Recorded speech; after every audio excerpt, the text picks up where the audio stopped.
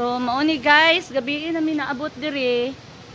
Mauning hadlok na kumuatraka diri sa cave. So nami sa Lirupan Cave. So dagang table diri kay nay mga on diri pero karon wala na kay alas 6 na manggod kapin. So unexpected or unplanned ni pagkaanhia. So mo ang nahitabo guys, nagabinan jud mi. Kay layo kay among biyahe. So na siya mga cave po diri.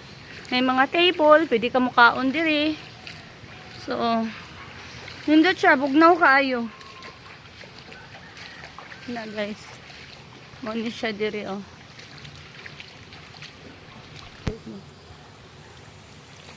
Oh, pwede ka mo subay dito. Actually, pwede dito maato dito kaya lang murag dalawan dito kaayo. Sabi. Ano man na dito? Nali. Ayag na dito. Ha? Ayag na.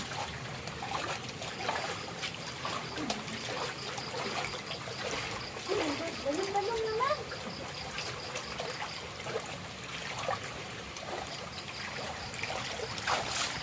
Magkata guys, murag laluman, uy.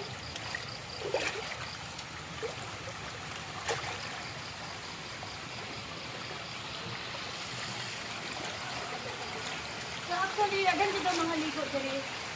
Hindi siya bugnaw sa kay namang cave.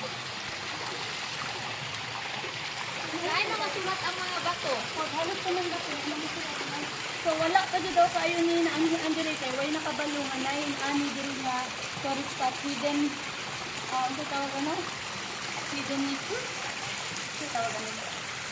Kanang wala pa dito daw nakabalungan tong mga riders yung naistorya na ako. Meron oh.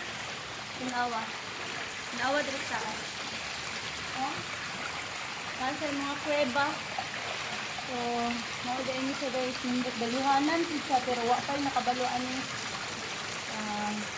tingnan na balik? Lirupan cave. Cave dito siya, wala siya cave. Ano may lumalik isa, lalum lagi dito. Kasi sabay palit. Ito pero may hayag natin. Asa hayag? Cave bang gudi, maumurag hit niya, pagkabili na gaya. Nakabinan dun ni dire. Para lang i-travel ang kanyang lugar. Dito sa Cagayan de Oro, sa Lumbia, sakop na siya sa Lumbia. So, nindot today sa kayo, nasa cave. Puro halos cave ang kuan diri sa river din.